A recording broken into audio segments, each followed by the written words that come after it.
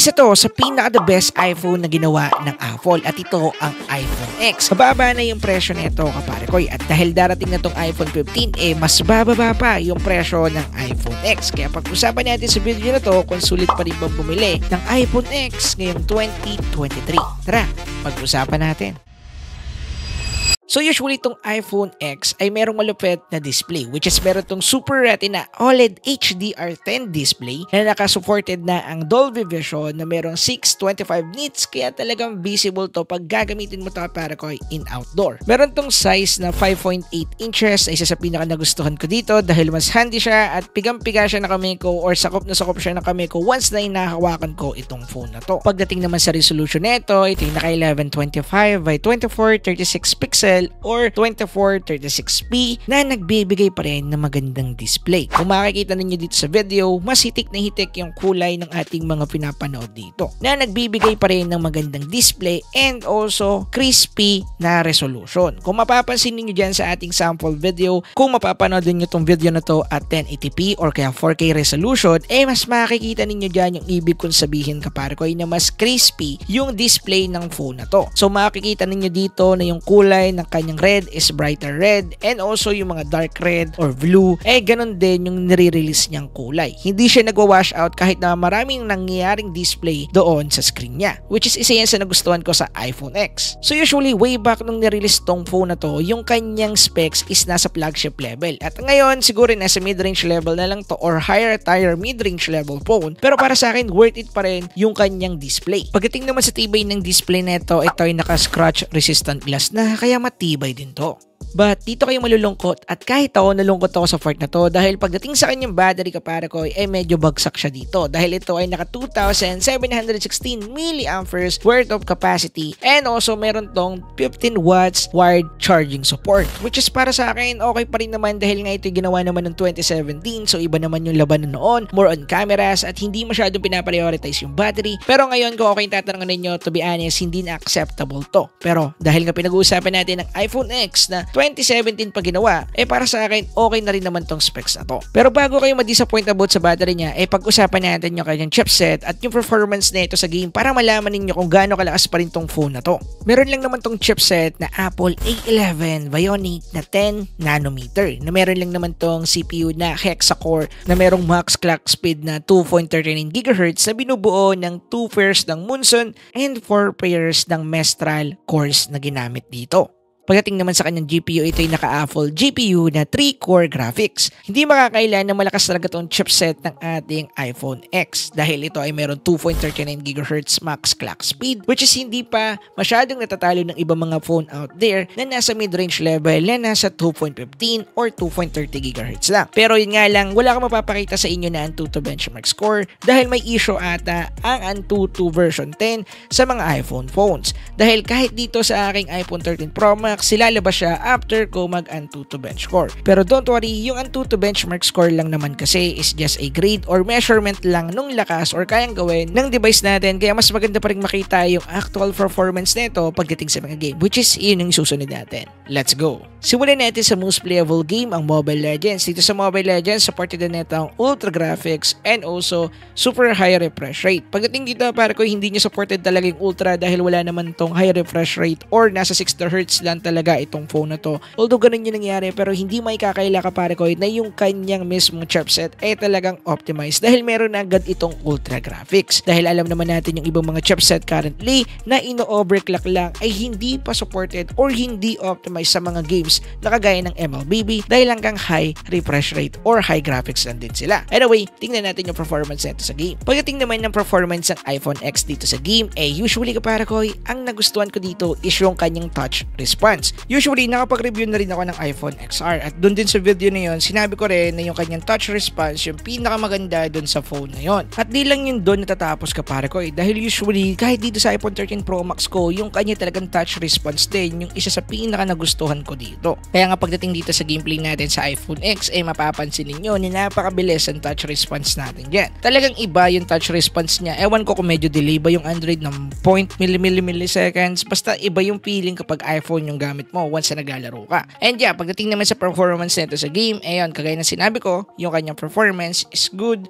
better, walang FPS drop na nakita, and yung touch response ng phone, yung the best. Next sa game naman natin kapare ko is Genshin Impact. Sa Genshin Impact, ang supported niya or yung kanyang default settings is medium. Pero playable naman tong iPhone X sa ating high graphical settings. Pero mas mabilis uminit yung device doon at medyo mas maraming FPS drop doon sa ating high graphical settings. Pero kagaya ng sinabi ko, yon ay playable naman dito sa iPhone X. Pero noon, dito sa gameplay na nakikita nyo ngayon, sinetup ko siya sa medium graphics lang. And pagdating dito, maganda yung kanyang performance, okay naman. Meron pa rin mga common FPS drop na nakukuha kapag maraming mga nangyayari, maraming kalaban, maraming explosion, maraming animation, natural yun. So, konti lang naman, as in mga siguro hindi nyo pa mapapansin kung maglalaro kayo sa iPhone X at medium graphics sa Genshin Impact. Talagang meron lang na medyo napapansin ko once na naglalaro ako at medyo may mga explosion talaga, lalo na pag natira natin yung bomb dyan sa Genshin Impact. Yung explosion nun, nagbibigay yun ng konting freeze frame or FPS drop nga dito sa phone na to. And yeah, pagdating naman sa kanyang thermal, kagaya na sinabi ko kanina, wala namang issue, pero yun, umiinit ng device na to. Pagdating naman sa nakuha niyang temperature, kagaya din na sinabi ko kanina, it's around 42 degrees Celsius. So yung reason lang naman dyan, syempre nakasetup tayo sa medyo high graphical settings to the point na medyo nape-pressure or nai-stress yung CPU natin, kaya talagang mas umiinit ito. Kaya itong 42 to 43 degrees Celsius sa temperature na nakuha sa device natin is a natural, lalo na kung ikaw ay nakaset naman sa high graphical settings. Ang hindi lang natural kapag bumagsak yung performance sa device mo sa kalagitnaan ng game,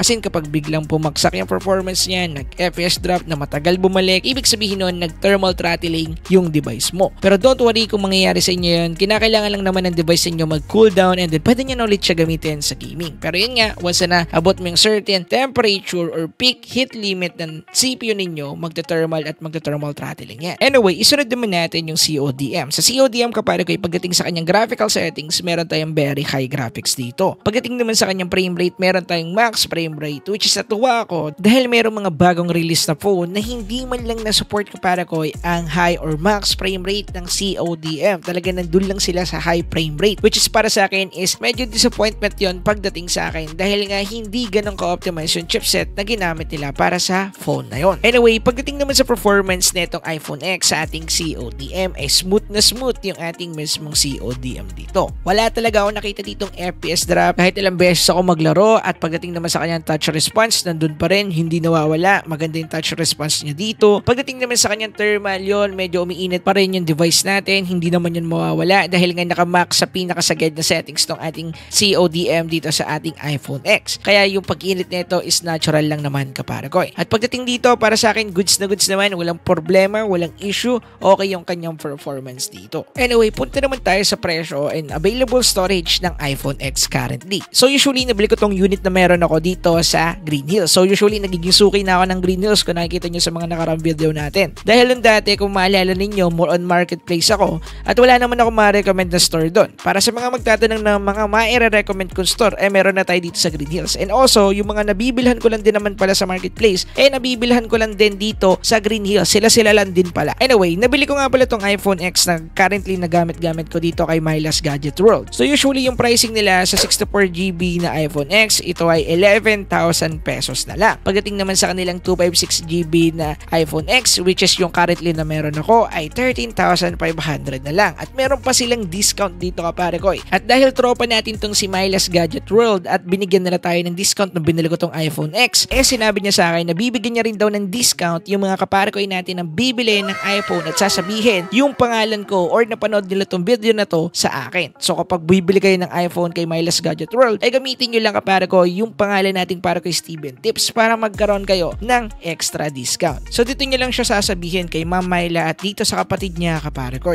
And syempre matatagpuan yung stall ni Myla dito sa Green Hills 2nd floor sa stall number Y08, at pwede rin kayong umorder sa kanila through online, at kahit nasan lugar pa kayo ay nag-a-accept sila ng COD. Kaya kung taga Mindanao man kayo na mo sa mga nagtatanong sa akin dyan, pwede kayong umorder dito kay Ma'am Myla with a discount kapag ginamit nyo yung code natin. Anyway, let's go. Ngayon, punta naman tayo sa camera side ng phone na to, at wag muna kayo mag-i-skip sa part ng video na to dahil may sasabihin din akong con sa pagbili ng iPhone X. Pero bago yan, puntahan muna natin yung camera side. Pagdating sa kanyang main camera, meron tong dual camera setup, which is meron siyang 12MP para sa kanyang main camera at meron din siyang 12MP para sa kanyang telephoto camera. Pagdating naman sa video recording capabilities neto, kaya na neto ang 4K at 24 to 60 FPS and 1080p at 30 to 60 and 120 FPS. So dito po lang, pinapakita na talaga na pang advanced yung technology and also yung ginamit na chipset dito sa iPhone X dahil kung hindi ako nagkakamali, 7 or 6 years na yung tanda ng phone na to. And then pagdating naman sa kanyang quality, ito yung kanyang mga sample photos and sample video. So kung makikita ninyo dito sa mga sample photos natin,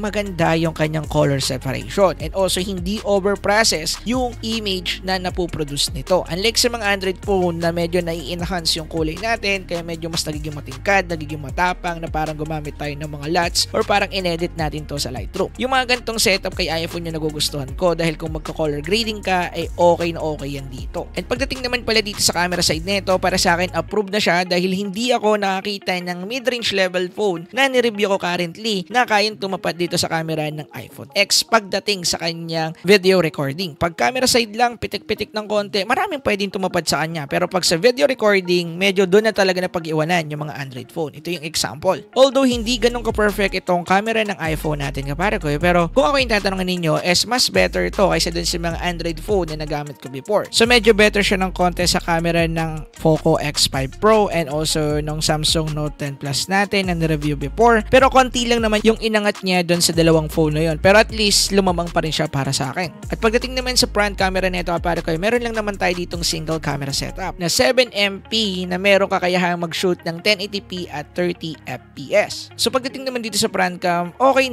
siya pang selfie, okay na yung kanyang quality, wala namang masyadong nadagdag, pero mas okay pa rin talaga yung kanyang rear cam. Kung magsiselfie siguro kayo, ipatalikod nyo na lang. Mas nagugustuhan ko kasi yung quality nito kaysa dito sa kanyang front cam. Yun lang naman yung pula ko dito sa iPhone X. Anyway, nasabi ko na yung mga good things dito sa iPhone X. Ngayon sabihin naman natin dito yung con side ng pagbili ng iPhone X. Unang-una, hindi na ito makakatanggap ng software support update hanggang 16.5 or plus version na lamang itong iPhone X natin. Kung naalala ninyo, nirelease na ang iOS 17, so hindi na siya makakatanggap ng iOS 17. Pero it doesn't mean na siya ay hindi na magandang phone or vulnerable na ba siya sa hacking. Hindi yun ganun kapare ko. Okay pa rin yung performance nito. Kung bibili ka ngayon ay okay na okay pa rin, marirecommend ko pa rin tong phone na to. Pero yan nga, medyo matters pa rin pagdating sa kanyang software capability or support dahil nga nandoon yung mga update na nagfi-fix ng bug. Iba kasi pagdating kay Apple yung mga software support update nila talagang meron yung inaayos, unlike sa Android phone na nagpapadagdag pa ng bug or hindi naman lang nila tinetesting bago nila to i-release. Pero hindi perfect din ang Apple support or Apple update dahil nagkakaroon din naman sila ng issue kagaya na nangyari sa iPhone 13 Pro Max ko na nag-green screen after ko mag-update. So sana hindi din nyo ma-experience yung part na yon. Pero para sa akin, marirecommend ko pa rin tong iPhone X lalo na dun sa mga kaparekay natin dyan or kaya mga estudyante dyan na need ng phone for online class, for selfies, video making, pwede dito mga filmmakers dyan o gusto mag-practice sa iPhone. Itong iPhone X ang isa sa pinaka marirecommend ko sa inyo at para sa akin, yung tanong dun sa title natin, kung worth it pa rin ba to, is oo. Lalo na kapag nilabas itong iPhone 15, mas magbababaan ang presyo neto. Plus viewer ko pa kayo at bibigay kayo kay Ma'am Myla, magkakaroon talaga kayo ng discount dito. By the way, any phone yun hindi lang sa iPhone X. Kung meron kayong mga gustong i-avail na phone sa kanila, possible din yan doon. And yeah, yun lang naman yung pula ko dito sa iPhone X, yung kanyang software support and also yung kanyang battery. So kayo, ano bang tingin ninyo? Worth it pa rin ba to para sa inyo or hindi na? Comment nyo naman yan dyan sa ating comment section. And para sa mga bibili, kagaya na sinabi ko, kontakin nyo si Myla's Gadget para dito. Ilalike yung link na ito sa ating description. Yun lang, maraming salamat. Peace out.